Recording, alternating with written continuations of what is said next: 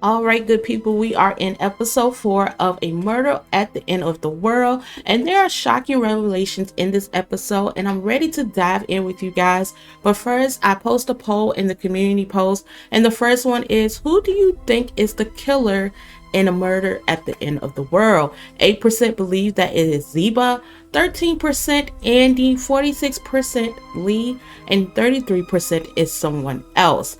Lee still is a prime suspect to me. I believe she may be working with someone. The second poll question was in episode 3. Lee tells Darby how she met Bill. Do you think Lee is telling the truth? Do you think Bill is the father of Zoomer? 86% says yes and 14% says no. Check out my community post this week for more poll questions regarding this series. Okay, so everyone was in the bunker, and I thought they was going to be in the bunker for at least a half an hour of this episode, but that didn't happen. It seems like there was only in there for like 5 minutes. Now, the head of security knows something, okay? He looks very suspicious and very obvious, and Darby is asking the right questions regarding Rohan. She wanted to do an autopsy, but they keep shutting her down. Everyone except for a few people. And then you have some people that really don't take her serious because 1, she is a young girl, and then 2, they think that she don't know anything. So one by one, the guests went to the room, but they had to hand over their electronic devices. Cyan wants to apologize to Darby and wants to find out who's the killer. It seems she wants to help Darby solve the mystery, and Darby put her whole trust in her by going outside in the snow. I don't know if I could do that, okay? See if there's any clue out there. They found a rope that led to an ocean and discovered a Zodiac, which is the inflatable boat. Darby realized that Rohan didn't check in that night and his boat was off the grid. So Cyan is spilling the beans and letting Darby know that Rosan Industries coffers are dry, the funding of his space program is drained, and Andy made Cyan the face of an empty PR campaign. Cyan thinks Andy is draining the funds for something else, which is the climate projection. He thinks their streams slated for 2050 are coming sooner. Andy is getting prepared for the worst of the weather climate. Then all of a sudden they got into an accident. I knew that this was going to happen because Cyan was speeding on that black ice and Darby looked scared as hell. But Darby woke up in the hospital bed and she noticed that Cyan was unable to remove her helmet and she only had 2 minutes of oxygen left. So my guess is 1, I guess that Cyan just couldn't wait to tell Darby what exactly happened. And if you had noticed that last episode, she was kind of getting into an argument with Andy regarding something, and I believe it was probably the funds. So someone has set her up and Andy was trying to remove it but couldn't, so they had to do a trick in order for her to breathe.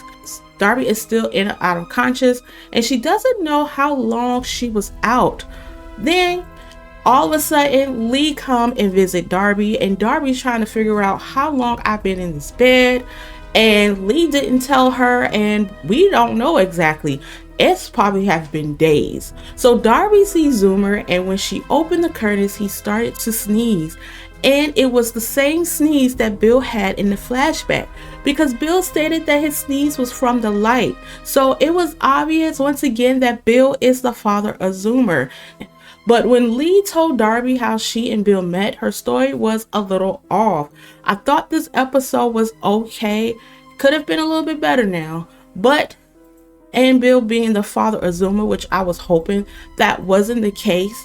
But it's just like every other series, like I said. It's every other cliche, and I hate to say that. Now, I'm not going to stop watching it because I can get over that little cliche, because I need to find out who is killing these people one by one and what is going on with Lee, because we only know that she had disappeared after she got hacked, and then she met Bill, and then all of a sudden she was having her on and off relationship with Andy. So I feel like it's more to the story. And do I think Andy know that that is not his son? Absolutely. Okay, but here is my theory. I think when Zoomer told Darby last episode about his parents arguing, it was definitely about him, and I think Andy already knows. Lee is still a prime suspect because she has been lying since day one, and she was very adamant to want Darby to hack to see who killed Bill, and she wanted to put her probably on a wild goose chase.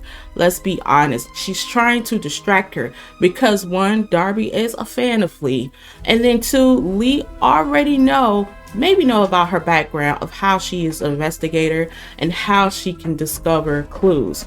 So I'm excited for this next episode, and I hope we get to the bottom of what happened to Cyan, because I don't think she make it, okay? I don't think she survived.